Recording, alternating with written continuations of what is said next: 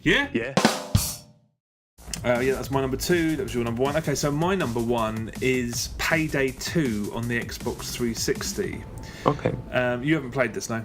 I haven't played this, but I know it's the game a lot of people have been talking about over the last week, and I've been interested in playing it, definitely. Yeah, this is a difficult one for me because I love how excited and how much people are really loving this game. And I'll say straight away, if you were a fan of Payday the Heist, you will love this. It's more of the same with a few changes, a vastly expanded customization suite.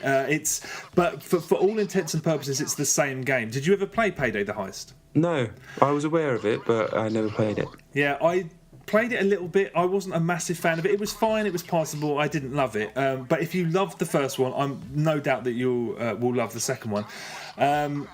I didn't care for it very much, and I have to say there's been a little bit of there's been a bit of noise on the internet, nothing substantiated, but people were saying that there is a vast difference between the PC version and the 360 version. That goes without saying, but it's not. Apparently, people are saying that it's not just in terms of visuals. Right. It's just a lesser game in all departments, from what I'm hearing. And I played the 360 version, so that may play a part in it. My first problem with it is that, like the first game, you have to have an immense amount of time on your hands. Leveling up is a very, very long-winded process, and it's the kind of game where you have to grind. And things like that put me on the back foot straight away. I'm just like, I don't want to, get into a near World of Warcraft situation for a co-op shooter.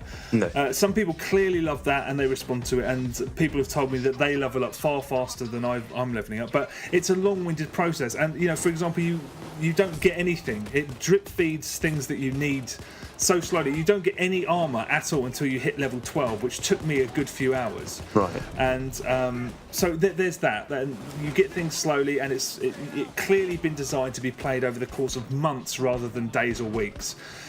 The other thing is that the game is very, very slow. And when I say slow, what I mean is basically you go into a situation, whether it's a bank robbery or a jewel heist, or there's all these different scenarios.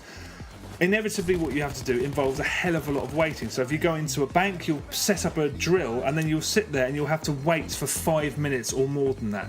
If you want to go and empty a safety deposit box, you look at a dial turning for 20 seconds, and it's just everything involves waiting.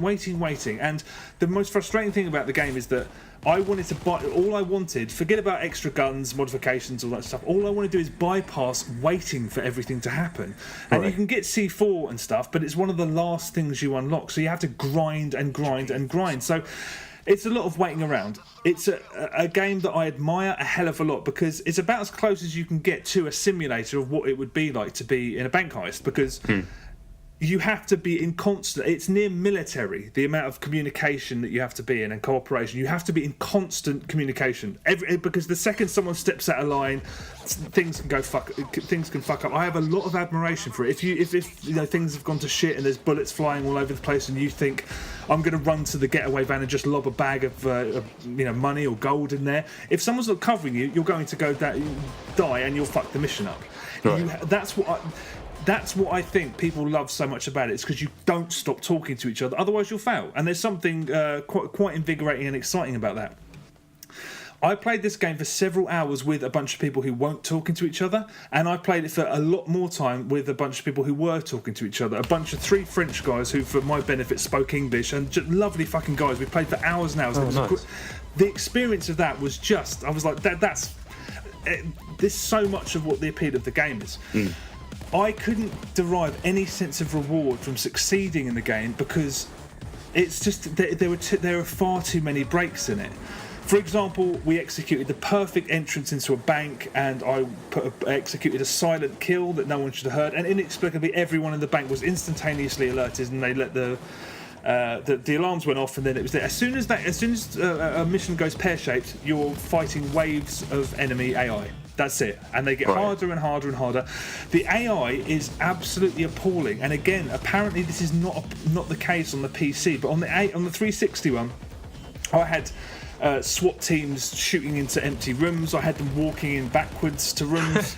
And there was this thing that happened to me 3 times, in which it would be a little bit quiet, The alarms were going off. It should have been chaos. We should have been sort of in the middle of chaos, and nothing happened. So I'd either step into a room or step just to have a look outside of the premises we were in, and there'd be 3 guys standing there as if they're posing for a photo. And as soon as I step in front of them, they'd all shoot me, and then I'd immediately go down. And I'm just like, what is that? It's just buggy as hell.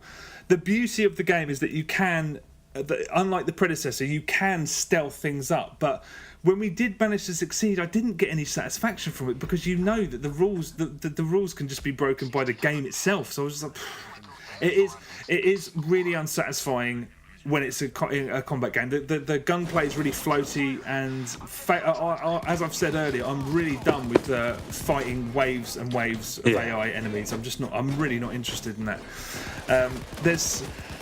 There's some really good systems that have come over from the first game. I mean, there's a crazy, it's set in La La Land, obviously, because if one of your guys gets downed and you can't revive him, he basically gets taken by the police, and you can have him back if you trade him for a hostage. They'll just let you walk back into the bank, into the chaos.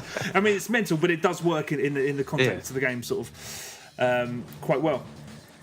But the way that they allow you to do this, again, this is another thing that the game just did on a handful of occasions. I was just like, that's just pissing me off. Is that despite the fact that you're surrounded and there's all of these police outside, there's just pedestrians who can just walk in off the street, and then you can take them hostage and they go, hey, I want my mate back. I mean, it's just the game's full of instances where I'm just like, this is not satisfying. If the foundations were more rigid, I just couldn't derive any satisfaction from it. When we did things well, I was just like, that was great fun, but it could have failed, and when we do fail, it's going to be all the more annoying. Another one thing that's very, very good about it, and it was another thing that was good about the first one, is that the end of the mission, the difficulty of it is dictated by how greedy you are, and every single time, no matter what scenario you're in, no matter if everything's gone to hell and there's police everywhere, or whether you've managed to stealth it up, you always think, I'll go back in there for a bit more. I can go and grab another bag full of money, or I'll go and get one more bag of coke. And and that's brilliant, because it's the way. In one instance, one guy said, I'm just gonna go and get this. And we're like, no, the fucking getaway van's around the back. We've got to go fucking get away. We lost the mission because of him, and we all fucking berated the shit out of him. And I was like, that's brilliant, because that's what would. Can you imagine that happening in a real heist? Like, you dickhead went back for more money, and now we're all in the clink. So I can understand the appeal of this game big time. There were too many things wrong with the 360 version. But coordinating, constant communication, that's beautiful. It's brilliant when it works like that. But the game itself, I just found it really irritating. The HUD's amazing. All 4 players you can see on the bottom of your screen at all times. You can see how much ammo they've got, how much health they've got, and if they're doing something, you can see the progress dial, so you know exactly. You don't have to ask, do you need this, do you need that? It's all on your screen. That's brilliant also. And it's, did you actually, you didn't play the first one at all? No, not at all. Another thing that forces you to communicate is that if you're the guy that carries the ammo, you have one ammo bag, and each of you can use it one time, or it can be used by one person 4 times. Okay. But after that, it's gone. You're not going to get any more ammo. The same with the health pack. So if you put that down too early or put it down at the wrong time, you're going to screw yourself. So again, it's another thing that forces you to communicate. I don't know why there aren't more heist simulators in this world, because there really should be. I want to love this. The thought of this game, the idea behind it, the concept of it, it's just exciting, so exciting, but the execution really let me down. I know a lot of people aren't having these problems. It's out on 360 today, so maybe we'll see. I will possibly go back to it and see what it's like with a different set of friends and levelling up a little bit. I mean, that long-windedness is a real problem for me, because it's designed to. It seems like they've taken a game that was originally £15, made it £30, and the way they've done that primarily is make it seem longer by forcing you to level up over the course of a very long time. And I should just say, completely worthless as a single-player game. Completely worthless. So I hear, yeah. Your AI people almost literally do nothing. If you get gunned down, they'll help you. If you need to fix the drills, that's the other thing that's annoying. The drills, as long as they take 5-10 minutes, they keep breaking down, so you have to keep running in and fixing them. They won't do that. The cops in one mission keep shutting the electricity off when you're trying to send this data, blah, blah, blah. They won't help and do that. And if there's a mission where you have to carry 8 bags of coke from a van to a getaway car, you're going to have to do all 8 It's basically it's not playable as a single player game at all. And yeah, I found it overwhelmingly tedious after a little while. I have to be honest. I'm so thrilled to see that people are enjoying it as much as they have. But yeah, it left me really disappointed. I will play more though, and I'll let you know. But for the moment, it left me really underwhelmed. And I did in excess of 20 hours I've played. So I think, Jesus, yeah, I've given it more than enough of a shot. I think. Yeah, it does sound really interesting, but. My concern is everything you said, obviously, and I've talked about this before. I'm not going to have the ability to play it properly, so that's why I've avoided it. Everything about it seemed right up my street, but I know practically that I'm not going to be able to I can't be one of those guys anymore. I used to be, but you come home from work, and then what do? You jump online with your mates and you play the same game Monday, Tuesday, Thursday, Saturday. You know, that ain't my life anymore, which is fine, but that's just the way it goes. So that game, Borderlands, a few others, just more so than a Battlefield or a Call of Duty, because I can jump on when other people are on. Then but it doesn't need to be. You don't need to be on the same level. You know, all the stuff. I mean, with co-op, it needs to be more coordinated. And playing with randoms on PC, nobody speaks on their voice really. I don't think so. I would get it on PC, obviously. So I just don't think that game's going to happen. But thankfully, I can heist it up in GTA next month. So see, that's it's made me think of GTA as well, and that's what I'm waiting for. But even if you could schedule a routine sort of once a week to play it or whatever, the fact that in order to get decent stuff, to even get body armor, and that's the most frustrating thing, because the first few hours are you just getting gunned down instantly, and it's just like, the first body armor you get is level 12. One more thing I'll say about it with regards to leveling up: you get almost nothing XP wise if you fail. So in one instance, when I was playing with these guys who weren't talking, we spent 2 hours doing 3 different missions and failing all 3 at the very last minute. No. And we got no XP, so you can't even level up that way. I was like, that's just 2 hours of my life wasted because this game is a bastard. I appreciate the difficulty in the game, but outside of it, in the with regard to dishing XP, the fact that you're not progressing for all of that work, that's ridiculous. They give you like a tiny amount, so you can't level up. 2 hours where it's brutal. It's for people who buy, on PC you can buy it as a 4-pack. Those people are going to love it. It's made for them.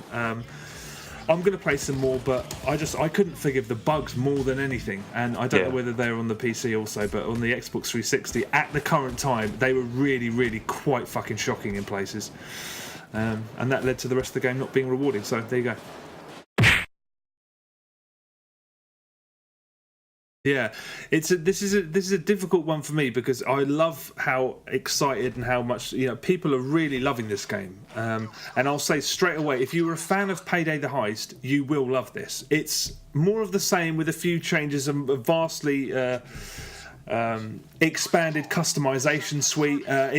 But for all intents and purposes, it's the same game. Did you ever play Payday the Heist? No, I was aware of it, but I never played it. Yeah, I played it a little bit. I wasn't a massive fan of it. It was fine. It was passable. I didn't love it. But if you loved the first one, I'm no doubt that you will love the second one. It's just a lesser game in all departments from what I'm hearing. And I played the 360 version, so that may play a part in it. My first problem with it is that, like the first game, you have to have an immense amount of time on your hands. Leveling up is a very, very long-winded process, and it's... Yeah? That's my number 2. That was your number 1. Okay, so my number 1 is Payday 2 on the Xbox 360. Okay. You haven't played this, no? I haven't played this, but I know it's the game a lot of people have been talking about over the last week, and I've been interested in playing it, definitely. I didn't care for it very much, and I have to say there's been a little bit of there's been a bit of noise on the internet, nothing substantiated, but people were saying that there is a vast difference between the PC version and the 360 version. That goes without saying, but it's not. Apparently, people are saying that it's not just in terms of visuals.